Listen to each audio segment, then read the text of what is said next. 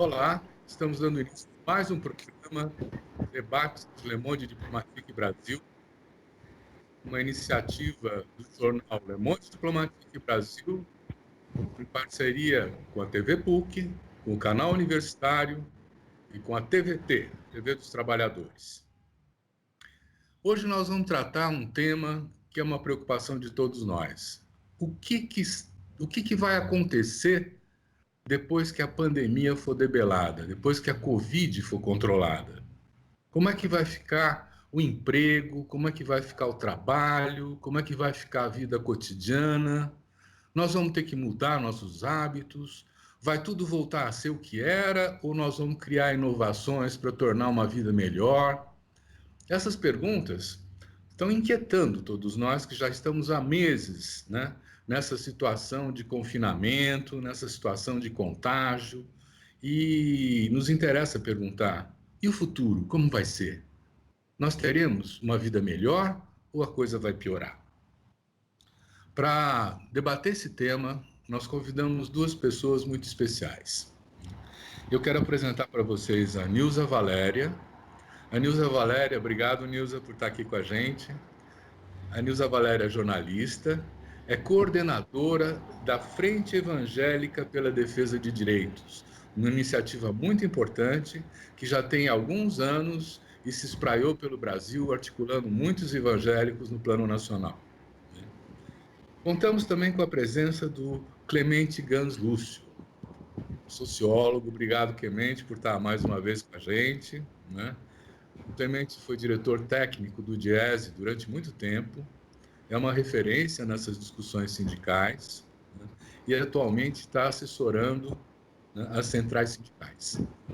Então, contando com essas duas pessoas para animar o nosso debate, nós vamos começar por uma pergunta, aproveitando inclusive um texto que o Clemente circulou há pouco tempo atrás, sobre a previsão em relação ao que vai acontecer, não sei se é falando assim, no final da pandemia ou no transcurso da sua mutação, né?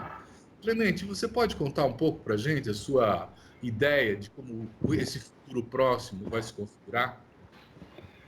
Bom, primeiro agradecer o convite, Silvio, um prazer estar aqui com a Nilza, parabenizar pelo trabalho que vocês fazem, pelo programa, e acho que se alguém tiver a resposta para essa questão que você colocou, Silvio, vira bilionário, né? Essa pergunta vale 1 bilhão, porque a resposta acho que todos esperam, todos nós esperamos para a segurança da nossa vida, para voltar a ter um cotidiano com as coisas, conviver com as pessoas, ter as relações, poder trabalhar, poder dar conta de tudo que nós temos que dar conta. As empresas querem saber quando que elas podem retomar atividade produtiva, os governos querem saber como que volta à normalidade, a economia, a dinâmica econômica, social. Todos querem saber qual é a resposta para quando que nós poderemos ter condições de voltar a uma dita normalidade, que significa ter, portanto, capacidade de circular e de realizar as atividades que todos temos e queremos realizar.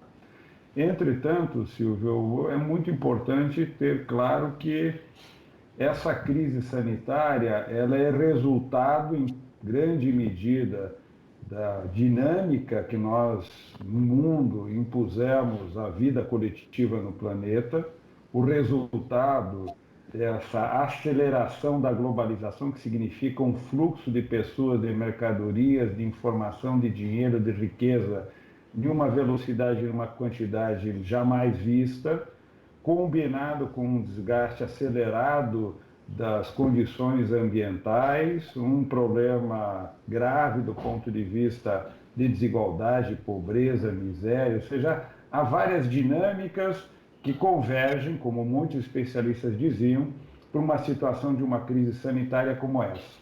Uma crise que obriga a irmos para um isolamento, que leva a uma paralisação da atividade econômica, uma imposição para resistir e não termos uma quantidade de mortes estúpida, inclusive como está acontecendo no Brasil. É bom já deixar claro que nós temos um índice de uma taxa de mortalidade muito mais elevada do que teríamos se tivéssemos feito de maneira correta o que outros países fizeram, e ter a ideia de qual é a previsão para sairmos dessa crise sanitária na verdade, responder a uma série de questões. Parte dessa resposta, os países que deram com melhor qualidade o fizeram a partir de um bom isolamento, na formulação desse isolamento, usar esse tempo para criar as condições para, simultaneamente, preparar as pessoas para viver um distanciamento social mais de longo prazo, portanto, usar máscara, cuidar nos contatos, né, evitar uma série de situações onde a transmissão do vírus se coloque, criar condições para que, além do isolamento, testes, e procedimentos na estrutura hospitalar possam ser viabilizados para que aquelas pessoas que porventura sejam contagiadas tenham capacidade, de um lado, de resistir e, se necessário, usar o sistema de saúde com capacidade, sem estrangular o sistema, e preparar a sociedade para retomar a atividade social e econômica, sabendo que o vírus está aí e que nós não temos solução para ele. E a única alternativa é um rigoroso sistema de controle e de distanciamento. Poderemos começar a circular com inúmeros cuidados. Previsão para isso, ninguém sabe por quanto tempo. A minha hipótese, a partir do que eu leio, do que tenho estudado, dos debates que tenho acompanhado, participado, até porque o movimento sindical quer saber qual é a previsão, é que nós temos que nos preparar para um sistema de convívio econômico e social por meses, eu tenho dito por anos. E creio que esta é a primeira de sucessivas, como dizem os sanitaristas, crises sanitárias que nós viveremos no mundo. Portanto, o que está se colocando como uma situação dramática, do ponto de vista da nossa organização e do dia a dia, deveria estar nos levando a nos prepararmos como sociedade para conviver com esse problema no longo prazo. Cada dia, cada semana, cada mês, no caso do Brasil, no qual nós não nos preparamos, não só nos tornamos mais distante a saída desse isolamento, colocamos gravíssimos problemas para a economia, porque a economia abre, fecha, eu chamei de sanfona, uma economia em sanfona tende a caminhar rapidamente de uma recessão para uma depressão econômica, o que seria uma situação econômica dramática.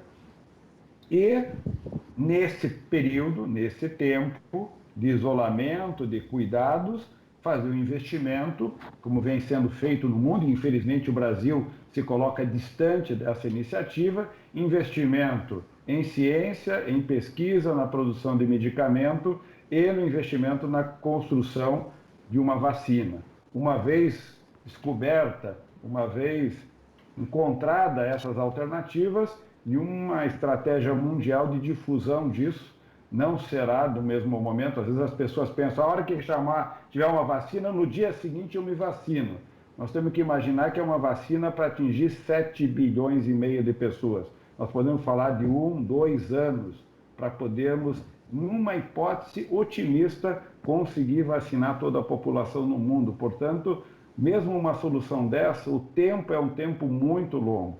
Por isso, que uma coordenação, uma articulação feita no âmbito do Estado, governo federal, governos estaduais, governos locais nas prefeituras, as organizações, os sindicatos, as igrejas, os partidos, as organizações não governamentais, todos precisam estar coordenados para criar as condições de resistência, de proteção e de reorganização do dia a dia da vida, para que a gente possa progressivamente sair do isolamento.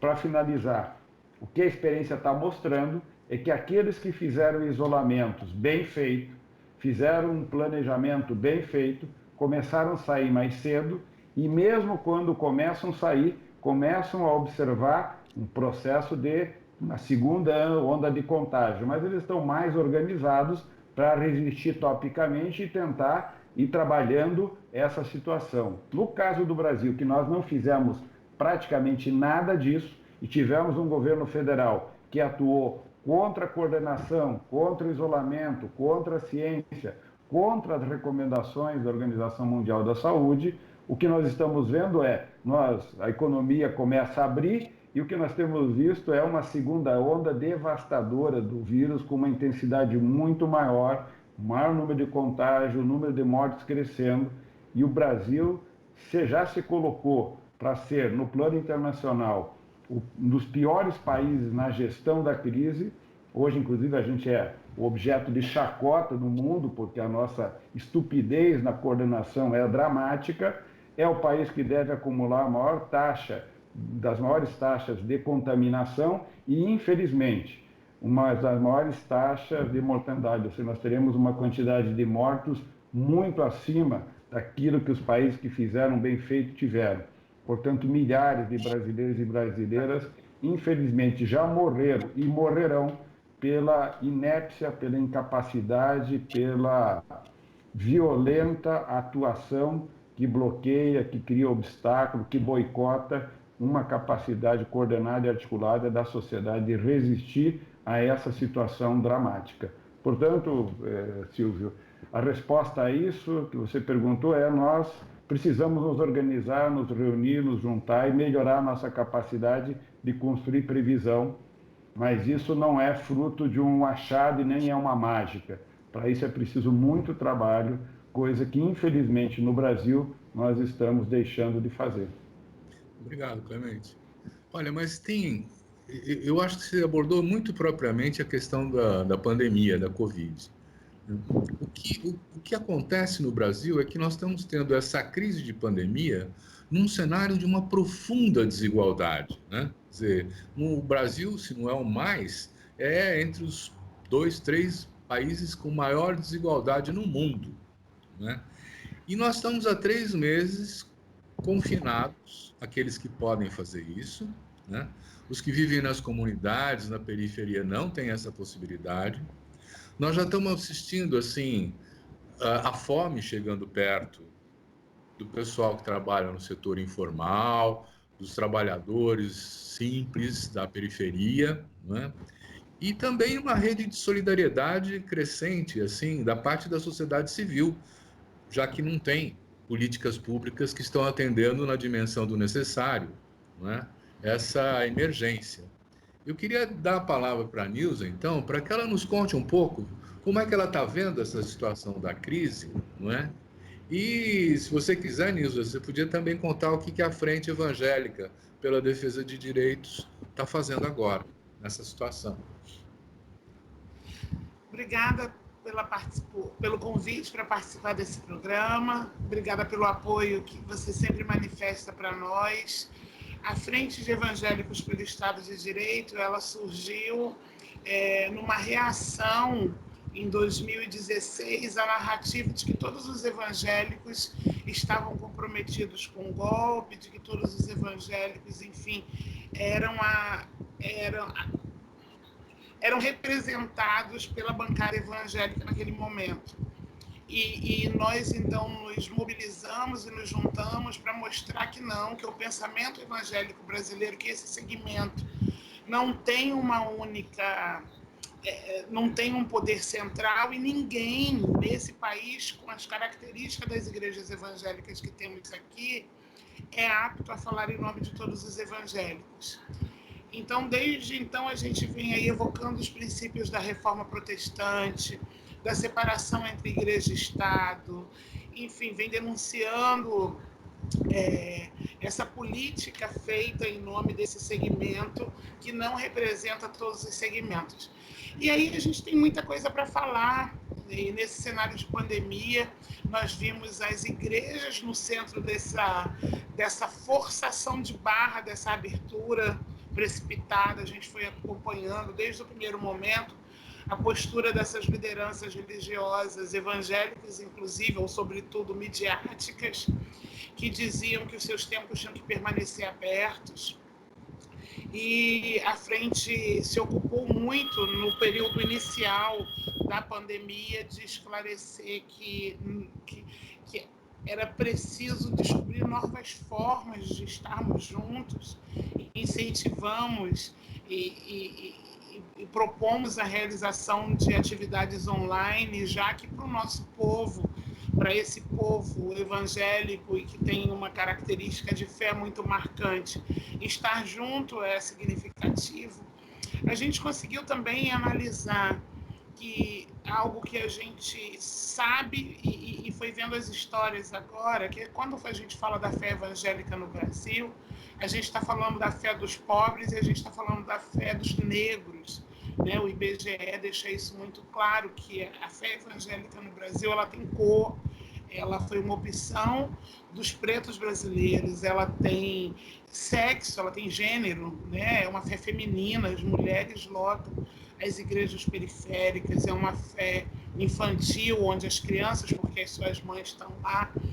E a gente foi vendo também o relato dessas pessoas quando a gente conversava, saindo das igrejas midiáticas e indo para as igrejas periféricas, a gente via a dificuldade de conversar sobre a importância do isolamento quando essa mulher ou aquele pastor de uma igreja periférica, pobre, o pastor que é segurança na sua vida cotidiana e lidera uma comunidade de fé no fim de semana, de fechar essa comunidade porque nós, com o nosso privilégio de conseguirmos nos isolar, eles não tiveram a mesma oportunidade. Então, eu ouvi muitas vezes elas dizendo para mim, mas por que a gente não pode ir para o culto? Eu estou indo trabalhar todos os dias. Então, se eu estou indo trabalhar, se o meu filho está fazendo entrega no aplicativo para garantir que a gente tenha acesso à nossa alimentação, né, no nosso isolamento, por que a minha vida cotidiana tem que ser interrompida apenas nesse aspecto?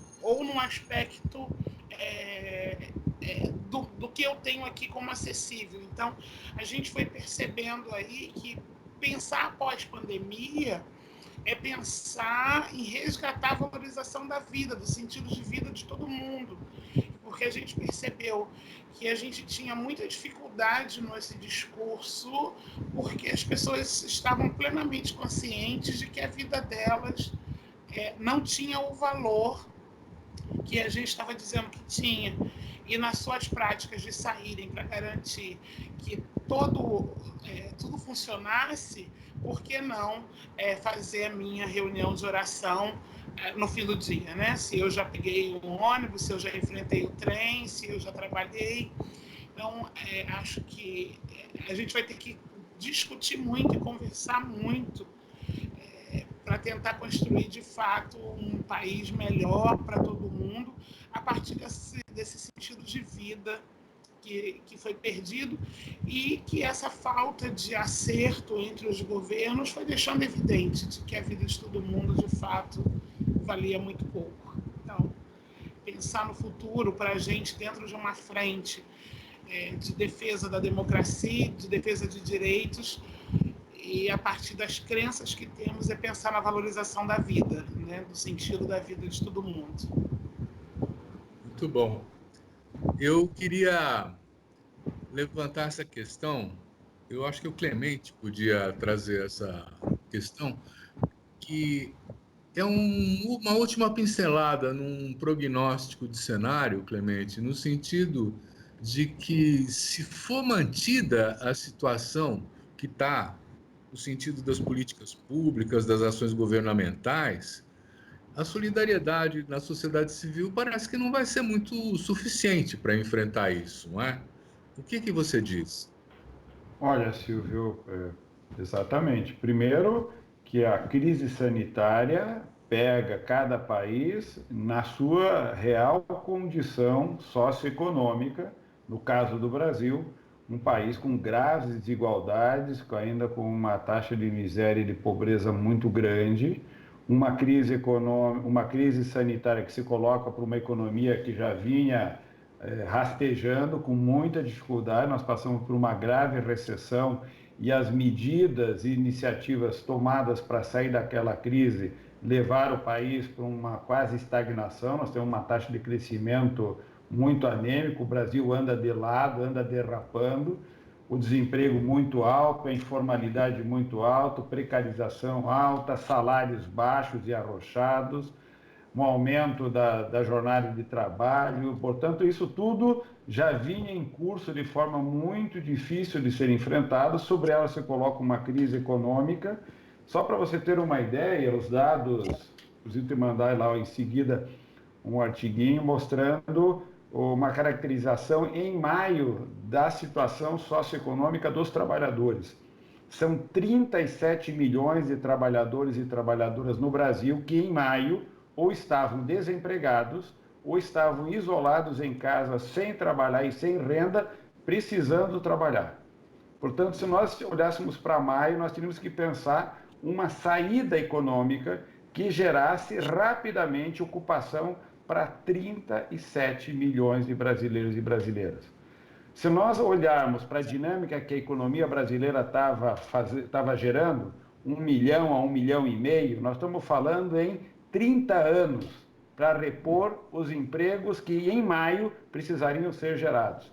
Portanto, essa dinâmica econômica anterior é claramente um obstáculo estrutural para sair dessa crise. Será preciso uma outra dinâmica econômica. A solidariedade para a resistência é fundamental, mas ela não será suficiente para dar tração à economia, não será o setor privado, não serão as empresas, não será a riqueza privada quem investirá para sair da crise. Nunca foi assim ao longo da história moderna, da economia moderna, capitalista de mercado. Sempre em uma situação como essa e em uma situação inédita como essa, quem dá a atração para a saída é o Estado. É assim que vem sendo feito na Europa, com bilhões e bilhões sendo mobilizados pelo Estado para investir na saída da crise econômica. Assim tem sido feito pelo Estado para proteger as empresas, assim tem sido feito pelo Estado para proteger a renda das pessoas e os empregos. Por isso, por exemplo, que o movimento sindical foi já nos primeiros dias de março para Brasília negociar com o Congresso Nacional uma renda de emergência que se transformou no abono emergencial. Poucos lembram que o Paulo Guedes queria propor 100, 150 reais de renda básica de proteção. Nós propusemos meio salário mínimo, negociamos, atuamos, os partidos, o movimento sindical, o movimento social atuou pesadamente e conseguimos uma renda de 600 reais que está sendo fundamental para essa resistência de curto prazo. Estamos agora iniciando uma pressão forte no Congresso para renovar esse programa por mais meses, porque a crise é mais longa. Mas vamos precisar simultaneamente ter iniciativas do governo nacional, dos governos estaduais, das prefeituras, para remobilizar recurso público para puxar iniciativas econômicas de investimento em infraestrutura econômica, portos, aeroportos, energia, estrada e infraestrutura social, escola, saúde, transporte, saneamento, para ocupar as pessoas rapidamente, essa ocupação gerar renda, aonde não puder gerar renda, estender os programas de renda emergencial para as pessoas tendo renda, poder comprar e isso animar a economia, e temos um projeto de saída. Espero, Silvio e Nilza, que esse projeto de saída sejamos capazes de construir para uma outra trajetória. Nós não devemos propor voltar ao normal passado, porque o normal passado era uma grande anomalia, um grande equívoco do ponto de vista econômico e social. Nós podemos dar uma outra trajetória ao nosso desenvolvimento, não só com compromisso social, mas também com um compromisso ambiental. Nós podemos ter um projeto de desenvolvimento que coloque centralidade na justiça social e na sustentabilidade ambiental. É um outro país. Provavelmente nós enfrentaremos isso que a Nilza colocou. A pandemia mata mais pretos, mulheres e jovens. Portanto, ela tem claramente maior capacidade destrutiva sobre os mais pobres. E isso está relacionado à desigualdade, que é fruto da escolha do modelo de desenvolvimento que nós tivemos. Superar isso significará uma outra trajetória, respostas concretas a essa crise, respostas concretas que deem uma outra perspectiva para que os governantes, para que as empresas, para que as trabalhadoras e os trabalhadores tenham uma outra possibilidade de dar a sua vida seja ela do ponto de vista das nossas relações, seja do ponto de vista econômico, uma outra perspectiva em um outro projeto.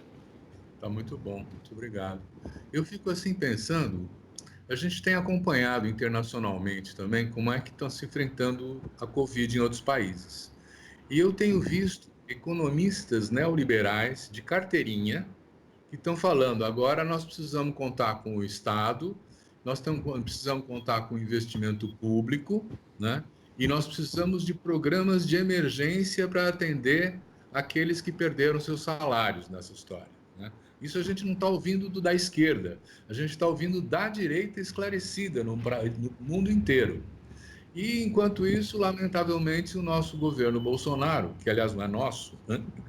Ele continua sendo perverso. Ele está continuando a falar em políticas de corte nas políticas sociais, em manter o teto do gasto social, né? Quer dizer, em austeridade, ignorando a situação de pelo menos 80 milhões de brasileiros que estão com uma urgência, né? De segurança alimentar, de saúde, de outras coisas, né? Nilza, você gostaria de comentar a questão das políticas públicas do Estado? Como é que Eu é? gostaria sim, eu fiquei ouvindo o Clemente e lembrando de sempre, né, falando na taxação das fortunas, que foi uma das pautas que nós puxamos também, né, de que os países que implementaram esse tipo de medida fizeram sempre num contexto de guerra, né, pelo menos é como eu aprendi, e fico pensando o que nos uniria, né, que pauta comum a gente pode para minimizar esse dano, porque a nossa desigualdade é essa desigualdade tão cruel que tem gente que só come, que sai de casa para ganhar no dia o que vai comer de noite, né? E que se não sair, ou no máximo para ganhar, trabalha hoje para garantir a comida de amanhã. E a renda básica, né, a gente também pressionou da forma que pôde. É hora da gente falar nessa taxação de fortunas, é hora de que medidas, o que unificaria a gente agora como proposta para que a gente não volte ao normal que tínhamos, porque o normal que tínhamos não é o normal que queríamos. A gente não quer esse cenário, né, esses números absurdos no mês de maio. Então, que saídas e de que forma é possível a gente pensar coletivamente nisso juntos, né? Porque nos interessa. E eu, como uma mulher negra e vendo, eu tive outro dia, eu fiquei mais de 90 dias sem ver meus pais, porque eles já têm mais de 80 anos de idade, né? Histórico de hipertensão, histórico de diabetes, então foi necessário que a gente montasse toda a rede de proteção. E eu moro a 20 quilômetros dos meus pais, eu moro muito perto dos meus pais, foram 90 dias só mesmo falando pela internet, até que, né, seguindo aí o que alguns especialistas dizem que é normal, né, essa tensão que gera o próprio isolamento, eu falei, ai mãe, eu tô indo aí e vou ficar na varanda, né? Eu não vou me aproximar, a gente vai manter a distância, e eu fui. E quando eu cheguei lá, os meus pais precisavam, então, naquele momento, né, toda a nossa rede estava funcionando, mas eles precisavam que eu fosse ao mercado. E meus pais moram em Duque de Caxias, né, na Baixada Fluminense, um contexto periférico aqui no Rio. Quem conhece aí a geografia do Rio de Janeiro sabe. Aí eu fui ao mercado rapidamente para atender uma necessidade deles e me dei conta no mercado que estava muito lotado, né, do quanto as pessoas elas estavam ali consumindo para garantir o do dia. Né? Não eram compras grandes, não era um período de compras do mês, era essa compra de subsistência, todo mundo pegando o seu pacotinho, né? Eu lembro de amigos que relatavam aí o contexto dos anos 80 e que viveram isso com muita, né, com uma lembrança e já numa atuação em prol do desenvolvimento social, do quanto as pessoas faziam aquelas compras fracionadas, picadas do pacote. E essa realidade eu me deparei com ela. Então, como é que a gente altera isso? né? Eu acho que mais do que respostas, porque eu nem sou apta a dar essas respostas, eu me engrosso a fazer perguntas para saber e de que forma também a gente consegue mobilizar e falar com o nosso pessoal, falar em prol dessa pauta que pode reverter esse quadro aí. Olha, vocês estão colocando uma questão muito interessante, né? Eu acho que, de fato, quer dizer, além da solidariedade que a gente está vendo nas próprias favelas, da classe média com a periferia, mesmo de algumas empresas que estão fazendo doações. Quer dizer, isso é muito bonito, né? É fundamental que aconteça, porque está salvando vidas, né? Mas realmente não resolve, porque a coisa precisa de ser escala, e quem faz escala é o governo, é o Estado, e com esse governo que nós temos, nós vamos continuar enterrados nessa situação. Então, de fato, quer dizer, nós temos aí um acúmulo de crises. Também tem a crise política por sobre isso, né, que nos impede, enquanto brasileiros, de formular uma reação apropriada a essa pandemia e à crise econômica e social que ela está articulada. Mas parece que tem boas notícias, apesar dessa situação ser tão dramática, né? Eu não vou dizer trágica, porque na tragédia morre todo mundo no fim, né? Mas é dramática porque nós temos que enfrentá-la com coragem e com disposição. E tem uma notícia boa, que é a questão da criação do Brasil pela democracia. Eu queria que vocês, que são protagonistas nesse processo de articulação, nos contem aos nossos telespectadores que iniciativa é essa e o que ela pretende. Vai lá, mesmo eu falo. Você fala, porque a gente só está lá assinando e mobilizando os nossos. A palavra é toda sua, Clemente. Tá bom. Bom, Silvio, olha, tem uma iniciativa que começou, vou contar rapidinho como é que ela começa. As centrais sindicais fizeram Pode no detalhar primeiro. um pouco o que interessa para todo mundo. No 1º de maio, as centrais sindicais fizeram, primeira vez, um 1º de maio virtual, talvez um dos primeiros da história, com aquele formato, que foi um formato de um encontro na internet, uma live, um evento, que começou às 11 horas, foi até às 17 horas, com participação de artistas e dirigentes, trabalhadores e trabalhadoras, de lideranças políticas, comunitárias, do movimento popular, e depois, ao final, uma participação política mais ampla, com ex-candidatos, ex-presidentes, participou o presidente Lula, a presidenta Dilma, o presidente Fernando Henrique Cardoso, da mesmo evento, como manifestando e fazendo uma fala aos trabalhadores e trabalhadoras, ex-candidatos como Ciro Gomes, o Haddad, a Manuela, partidos políticos, uns 10 partidos políticos diferentes, de diferentes campos. A partir desse evento, o movimento sindical identificou que havia uma grande receptividade para um campo de diálogo social no âmbito da sociedade civil e da sociedade política, e tomou a iniciativa de promover algumas conversas perguntando a outras organizações da sociedade, às ONGs, aos movimentos de mulheres, de negros, a OAB, a CNBB, a ABI, a tantas outras organizações, ao Pacto pela Democracia, perguntando se não era o momento de a gente sentar e conversar sobre o que estava acontecendo, observando a inépcia do governo federal e dizendo, se a sociedade não se organizar para coordenar uma reação, uma ação, a nossa resistência e a nossa perspectiva de futuro, o que nós temos hoje é muito trágico e dramático. É dramático podendo virar uma tragédia, e uma tragédia que já está sendo colocada como uma das maiores tragédias humanitárias que o país está construindo, infelizmente, por uma opção de governo. Bom, a recepção foi muito grande. Em uma semana, nós saímos de uma conversa trilateral para uma conversa para mais ou menos umas 40 organizações.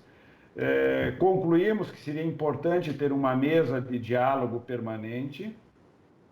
E nesse diálogo, já na segunda semana, caminhamos para identificar que nós poderíamos cooperar de forma permanente, portanto, contínua, não só para um diálogo, mas para uma ação conjunta que nós estamos chamando de campanha Brasil pela Democracia, Brasil pela Vida. Campanha lançada nesta segunda, 29 de junho, campanha essa que, indo para a rua, está mobilizando e convidando as organizações, as instituições, os movimentos a aderirem à campanha ou a divulgarem a campanha ou fazerem as duas coisas, ou seja, aderirem à campanha, se colocarem junto nesta campanha de cooperação e, ao mesmo tempo, atuarem em conjunto na sua divulgação, divulgando a referência de que nós temos uma tarefa como sociedade civil organizada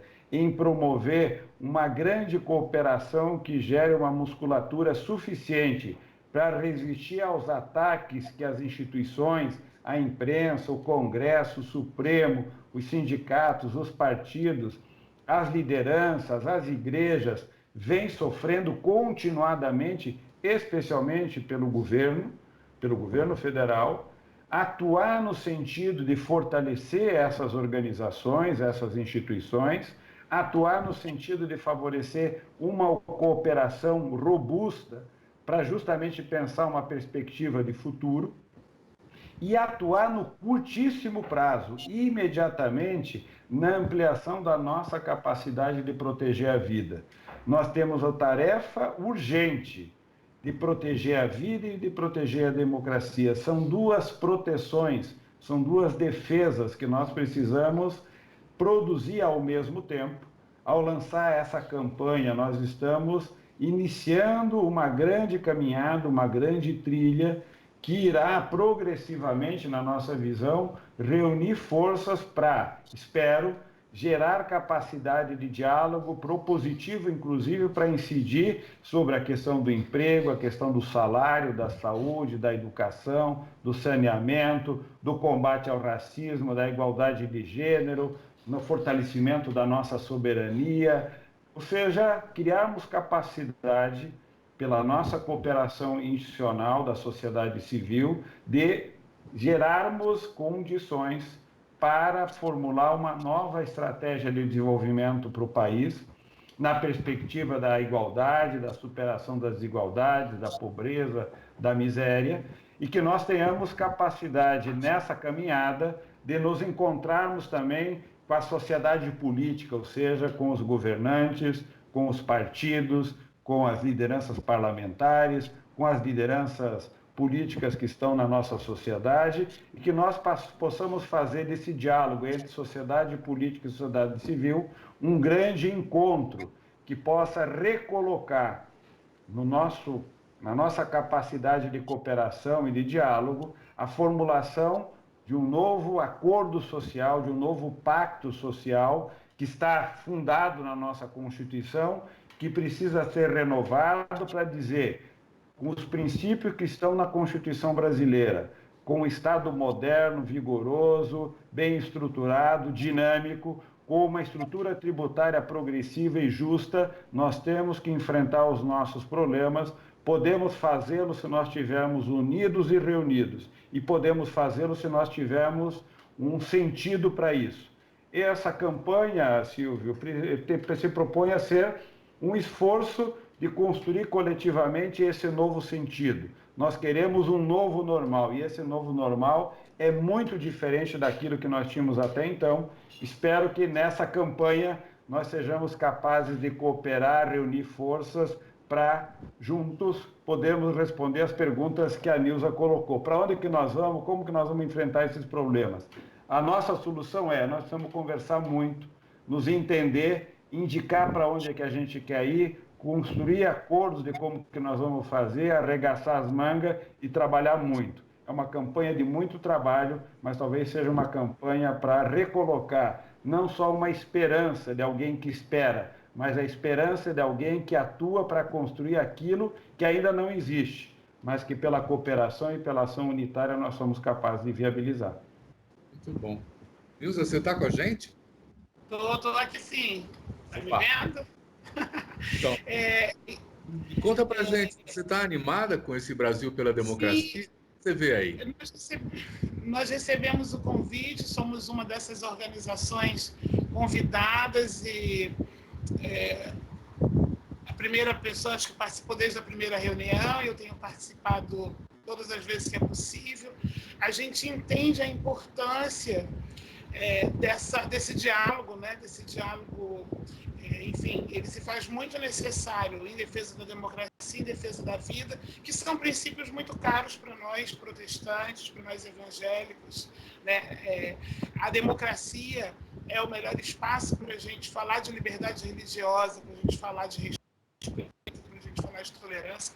Na verdade, só é possível ter liberdade religiosa dentro de um sistema democrata, dentro de um sistema plural. Se não houver democracia, não há liberdade religiosa. E a vida é o valor que a gente acredita. Então, é o que a gente defende, como já falamos aqui, venho falando desde o início. Então, a gente entrou junto nessa campanha e espera que ela tenha muito êxito. A gente já está construindo uma forma de falar com ela, com os evangélicos, né, que temos na nossa rede, e mais do que isso, que a gente também consiga falar com os evangélicos que não estão na nossa rede, que são esses evangélicos pobres, periféricos, esses evangélicos que engrossam esse número, né, dos milhões que estavam sem renda, sem emprego e sem perspectiva no mês de maio, e muitos que tiveram que voltar para a rua agora para garantir o alimento de amanhã. Então, a gente está junto no lançamento dessa campanha na segunda-feira, no dia 29, entendendo que o momento é extremamente necessário para qualquer ação que promova, que resgate, né, que estabeleça de fato a democracia como precisa ser estabelecida no país. Muito bom. Olha, recentemente a gente tem percebido que as manifestações voltaram para as ruas, né? Não só da extrema-direita, que nunca se afastou, ignorando o isolamento, mas também daqueles que defendem a democracia, que resolveram não permitir que a rua ficasse só em mãos daqueles que estão defendendo o governo Bolsonaro, né? E aí nós tivemos a grata visão de que as torcidas de clubes de futebol se envolveram, muita gente se envolveu. E estamos tendo também 40 pedidos de impeachment estão no Congresso, nós temos Frente Povo Sem Medo, Frente Brasil Popular, nós temos várias iniciativas, articulações que estão surgindo também, manifestos. Eu queria perguntar ao Clemente, Clemente, essa iniciativa Brasil pela Democracia e pela Vida, cabe todo mundo? É uma iniciativa sindical? É uma iniciativa de como é que ela pretende se desenvolver, se apresentar? Olha, Silvio, essa campanha Brasil pela Democracia, Brasil pela Vida, é uma campanha que mobiliza de partida mais de 60 organizações, movimentos. Então, a Frente Brasil Povo Sem Medo, Frente Brasil Popular, as 8 centrais sindicais, a CUT, Força Sindical, UGT, Nova Central, CSB, CTB, Pública, Intersindical, estão todas mobilizadas para participar. Dezenas de organizações que estão em torno do Pacto pela Democracia, que é uma articulação, uma coalizão de centenas de organizações não governamentais, entre elas a Frente, que a Nilza está aqui representando, mas são várias outras organizações de ambientalistas, mulheres, negros, de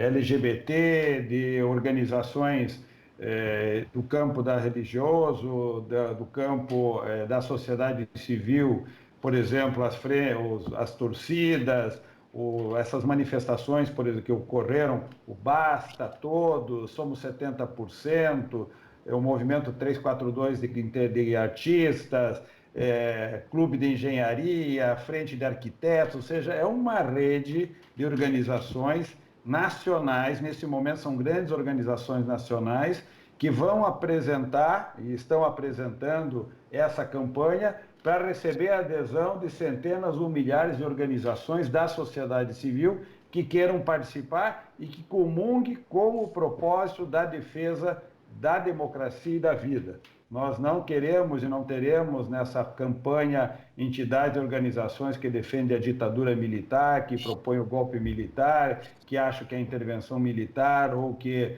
o fechamento do Supremo, ou que essas coisas absurdas que nós temos visto e ouvido no Brasil estarão presentes. Elas não estarão presentes nessa campanha, porque essa campanha tem uma identidade, e uma identidade de compromisso com a Constituição brasileira, com os valores democráticos, com a tolerância, com o diálogo social, com a capacidade de convivência entre diferentes, entendendo que as nossas diferenças é a nossa maior virtude.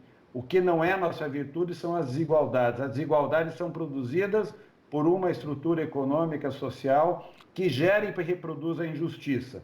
As nossas diferenças, nós temos que usá-las para criar unidade entre nós e uma intervenção unitária, visando enfrentar as desigualdades. Portanto, esse movimento recepciona todos aqueles que acreditam no valor da tolerância, da solidariedade, da cooperação, no princípio da democracia, na defesa da vida como a nossa primeira tarefa, e na democracia o respeito para enfrentarmos uma agenda que supere os nossos problemas. Portanto, nós não estamos desconhecendo, pelo contrário, estamos afirmando: na democracia, nós temos que enfrentar os graves problemas da miséria, da pobreza, da desigualdade, do racismo, da violência contra a mulher, contra os jovens, do ataque à nossa soberania, ou seja, tudo isso precisa ser enfrentado. E o faremos se tivermos um Estado democrático de direito pujante, capaz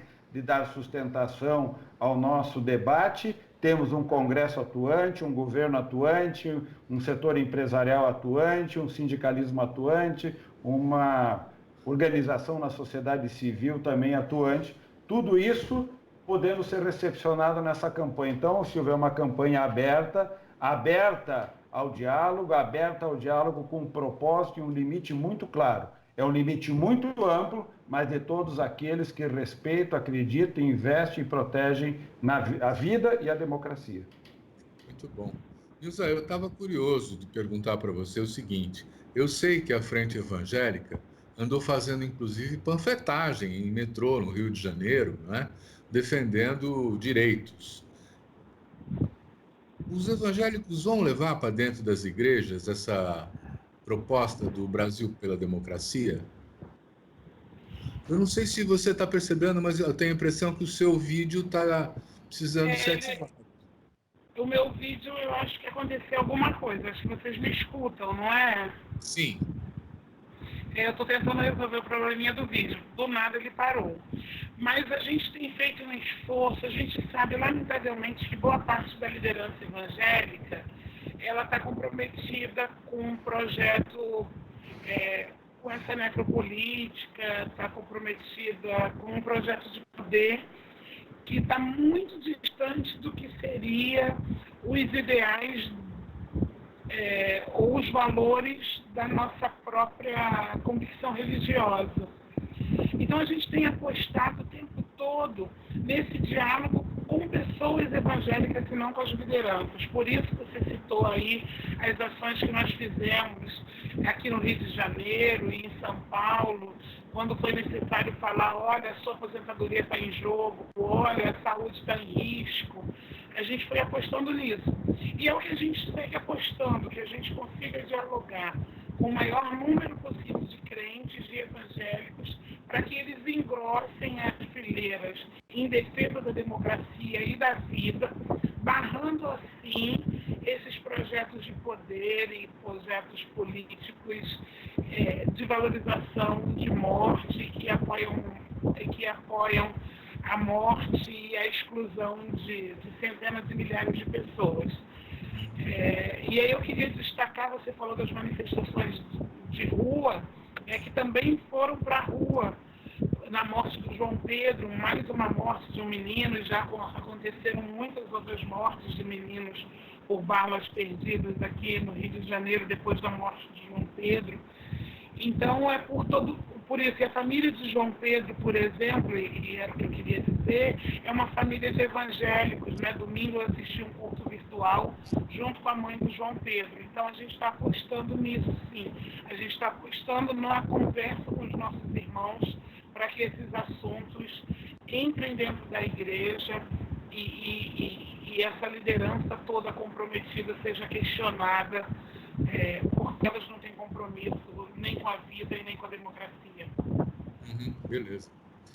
Clemente, essa iniciativa que a gente valoriza, quer dizer, que bom que surgiu essa frente, a gente podia chamar de frente, né? O Brasil pela Democracia e pela Vida, mas tem todo um processo de aproximação, de negociação, de amadurecimento de propostas e tal, mas já tem coisas concretas que estão sendo postas como proposta de curto prazo?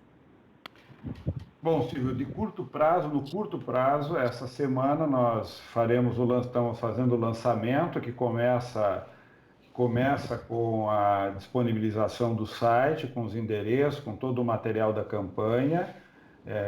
Ela vem acompanhada durante a semana de uma série de eventos que vão colocar na rua essa campanha, desde projeção em paredes, em monumentos, em vários lugares no Brasil todo, de todo o lema da campanha. Isso deve ficar como uma coisa sendo feita ao longo das semanas.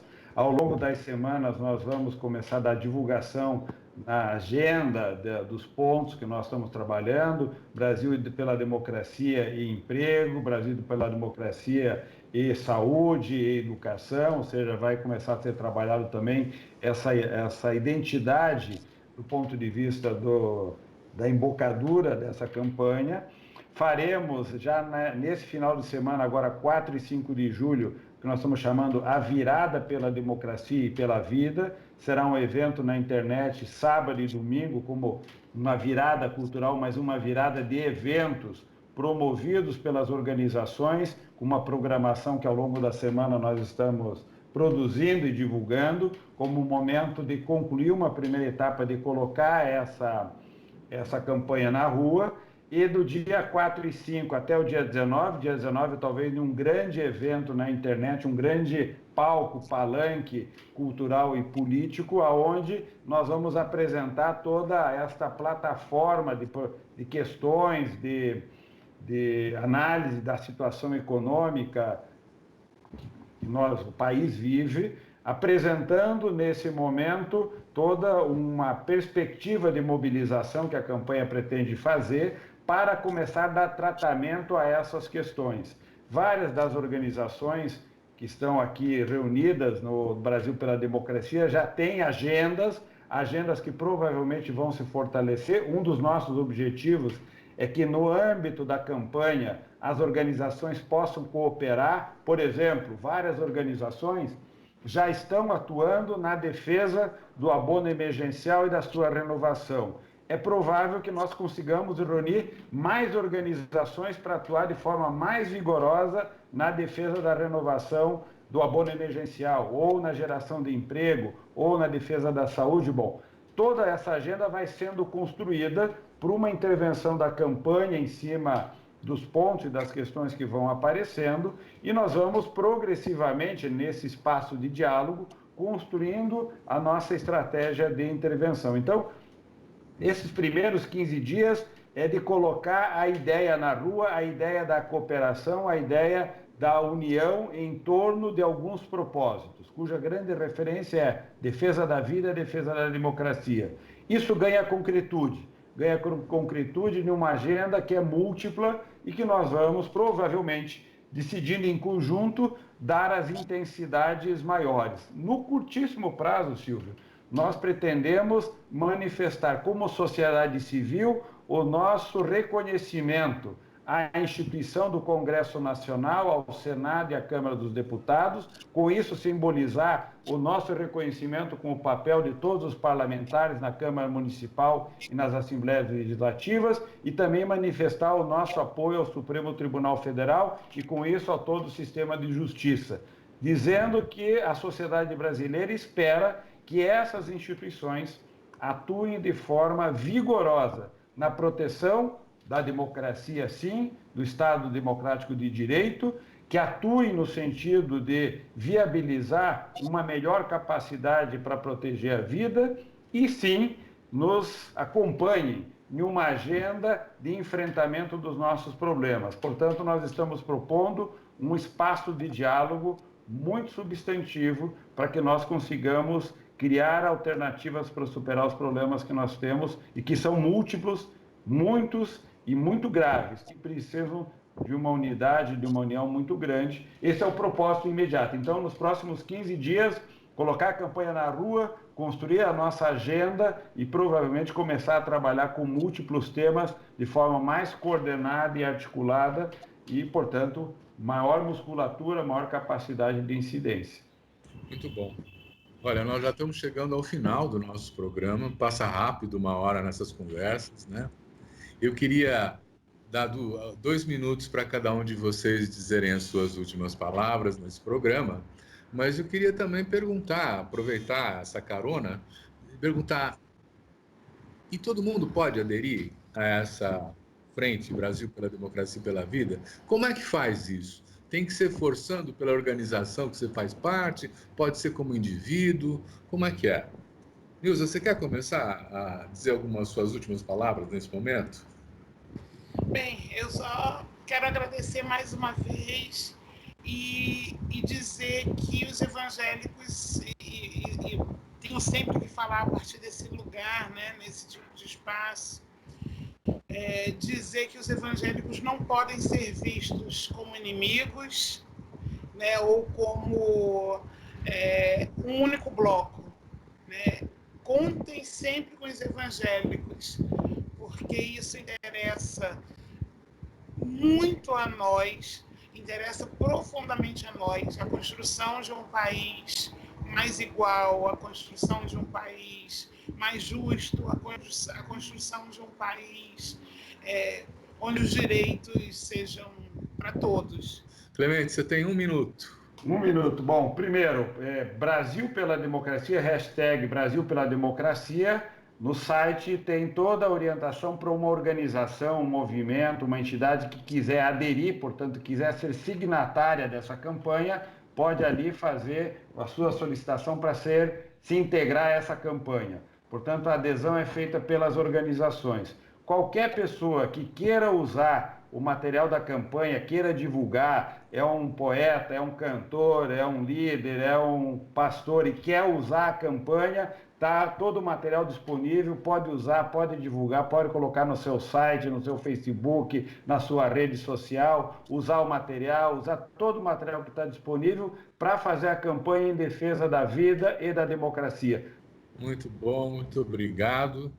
Eu que também quero agradecer a Nilza Valéria, que é da coordenação da Frente Evangélica pelo Estado de Direito, ao Clemente Gans Lúcio também, que é sociólogo, que é assessor das centrais sindicais. Foi um excelente debate, eu acho que ajudou a esclarecer a nós e aos telespectadores que estão nos acompanhando. E dizer que aos nossos telespectadores que aguardem que tem mais. Muito obrigado.